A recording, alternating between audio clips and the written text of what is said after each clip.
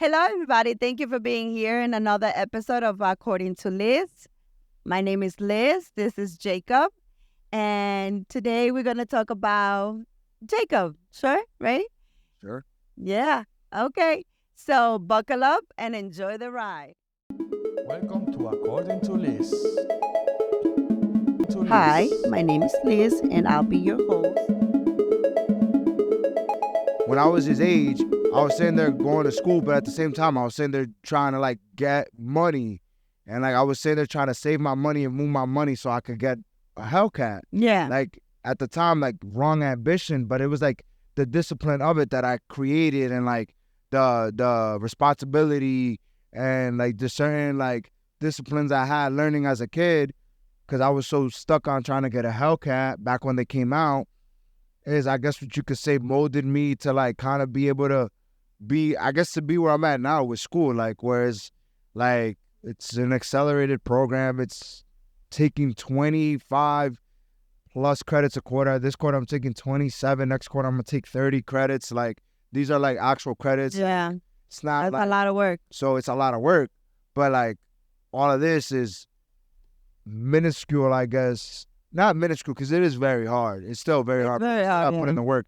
But it's the effort of putting it is almost nothing in comparison to the amount of effort I tried putting in, working basically minimum wage jobs, paying $10 an hour, $15 an hour, which at the time wasn't really minimum wage. Now it is. But trying to sit there and save up money for a Hellcat. I feel that has to come to with it has to do with you also saw your parents grind a lot. No, yeah, 100%. I learned it. I did. It's not I didn't learn it from nowhere. I watched you guys grind and be young and then do what you got to do and then kind of build yourselves up. Y'all did it the hard way. Yeah. Which is where it's I was all right, I'm gonna do it the hard way. And it's just kind of it doesn't always have to be the hard way. No, you can kind of choose what level of hard you want.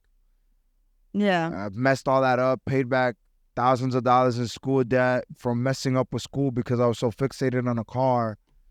And now I finally found my passion. So now I went back to school, even though I said I used to always say I'll never go back to school. I hate school. School is dumb. I hate it. It's dumb. It's so extra. You could become rich without school. And now I'm sitting here being a tryhard, trying to get a 4.0 every quarter. And I'm sitting what? I'm actually pretty good at this. I'm surprised. I'm actually pretty good at school. I mean, you always been smart. You just didn't have, I guess, the right drive, the right. I didn't have the right That's why it's so important to do what you love. Well, that, and you gotta find it. I feel too many people are too stuck on what society wants you to do, and that's why I told Alvin, I'm yo, if you're gonna want to go back to school, make sure it is what you want to do. Don't sit there and waste your time or money or get into debt thinking you have to be in school just to be in school, just because everyone told you to be in school. I feel parents are always real quick to be oh, you gotta go to school because that's the way you gotta do it. What's the point of going to school if you don't know what you want to do? You're gonna go get a degree that's useless, then you're gonna sit there and be whoa, I can't do nothing with this degree. I just did it because I was told I gotta go to school. And then guess what? Now you gotta go back to school again and get a different degree once you realize that your degree is useless, or you realize that you got a degree for something you don't care about. But in our defense as parents, we always tell you, find what you love and do that. Yeah, but you telling that to a bunch of high schoolers that don't even know how to, you're telling high schoolers, find out what you want to do. And it's you're telling them to find out, these kids don't know nothing besides the growing up, waking up, going to school, and then coming home to play video games. They do just enough homework to get passing grades, and then that's about it. In reality, you can really tell which kids in high school are the ones that kind of have their life together, quote unquote. And those are the kids that get all A's and whatnot. And even those kids don't even really know. They just know what they were told to do. They were told by their culture, you got to be a doctor, or they were told by their parents, oh, where they kids that usually know what they want to do and kind of go hard is they usually have an example. And even if they don't have an example, then they usually have something else that's driving them to do it. They have some type of, not trauma, kind of life experience that makes them. If you hear a lot of the kids that I go to school with, half of them their parents are chiropractors, so they're literally in the school because their family already has a practice. But I think you're gonna be even better than them because this is your real passion. I am smarter than them. I'm not like I'm not. No, I'm saying like I'm telling you like I know I'm smarter than them. Yeah. They're just there because their parents said they gotta Right. go get a degree so they could come take over the family business. So for them, the drive is not really there. Right. So now, does that mean that they can't become great doctors? No, not at all. They're probably amazing doctors because they've been surrounded by the profession their whole life, you know? So then now they're just in school to get the knowledge behind it and the degree, really, because it's really just a loophole for them. Like, imagine you're sitting there as a kid, growing up, your parents are chiropractors, and then you just spent your whole life around it for the most part.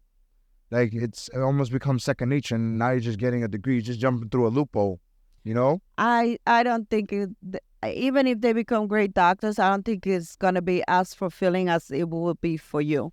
And honestly, I feel like once again we're gonna go with the give ourselves grace, because it's like, okay, it does not matter when you find No, as long as you find it. no, of course, but that's the problem. Some people don't. Like, I was actually having this conversation with But that's the point. You gotta look for it. Well, that's the problem. It also depends on your environment. It's not that easy. No, I'm not saying it is, but there's nothing that is worth it is easy. 100%. But what I'm saying is it's not the grind that's the hard part. Because to be honest with you, I'm addicted to the grind. Yeah. Like, I think like I'm gonna have to own my own practice because I'm just addicted to that stress that comes with it. Right. I think that's why I was always so very good at being disciplined too, because there's something addictive about that stress of like you have to be on it. Follow a structure. You know, like it's always like it's almost like you never stop working. Right. That grind aspect, because like there's some times where I'll sit there and like I'll be like, okay, you know, I'll try to be chill and then I'll let myself, you know, try to relax. And then it starts to feel weird and empty in a sense. Where it's just like, what do you like? That's how I don't know. There's some people back in Rockland that they literally wake up and their whole purpose in life is waking up to go work a job just to get enough money to smoke some weed. Like, how is that your life purpose? Like, how is that like? And you know, like I'm not knocking nobody because you never know what shit is. You always change that. But for the most part, people that stay in that loop end up hanging out with people that are in the same loop. Yeah. And they get stuck in that vicious cycle where it's just like they wake up, go to work, get out of work, get high, go back to sleep, wake up, get high, go to work, get high, come home from work, get high. And that's the whole thing. What are you doing? About to get high? What are you? Like, it's like, what are you doing? And I was actually talking to my boy Mike about that. He's like, he saw the effects of what like certain things would do to people. Yeah. You know?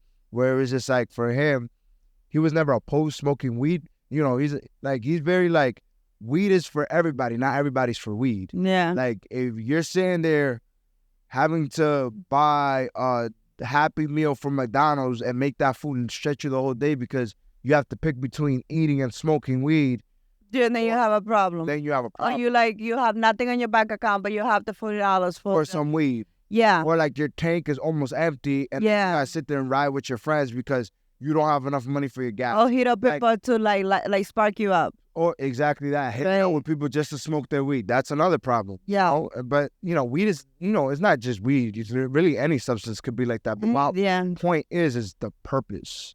And I really do feel like it depends on your surroundings. Well, I feel like we are the lucky ones when you find your purpose, because like I used to have a job that I was making decent money and I had a lot of like, you know, good benefits, and I hated it. And let me tell you, it was like I was counting the seconds for me to punch out that stupid job. Yeah. And now that I own my own business, it's like, if I need to stay an extra 3 hours, I'll stay. If I need to go work another day, I'll do it. And it's not a burden. Yeah. You know what I mean?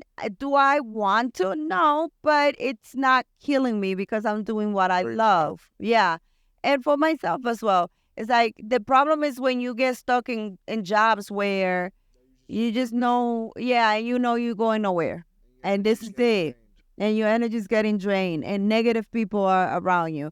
That I believe in. Environment. Yeah. That's the problem. I do believe in that a lot. Like when you have like evil people or nasty mentality people around you, it does end up rubbing off on you. Yeah. And I realized that because of how much have I been able to grow and change from when I left that place in all aspects of my life. Yeah. If it's spiritually, if it's mentally, if it's even with my success, I feel I skyrocket once I left that job.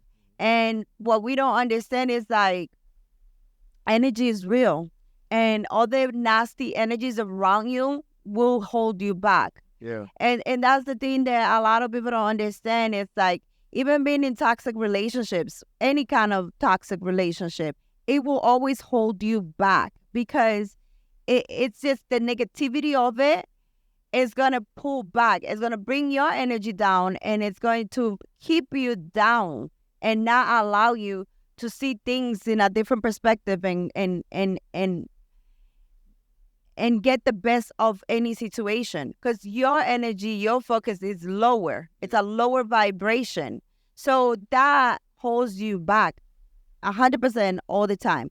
Bad friends, bad, partners, bad, even family members, it will hold you back because again, it's their vibration is lowering yours, and you cannot progress as much as possible when you are in a low vibration. It's just this just doesn't work. It and it's crazy because you won't see how many more you could be doing good.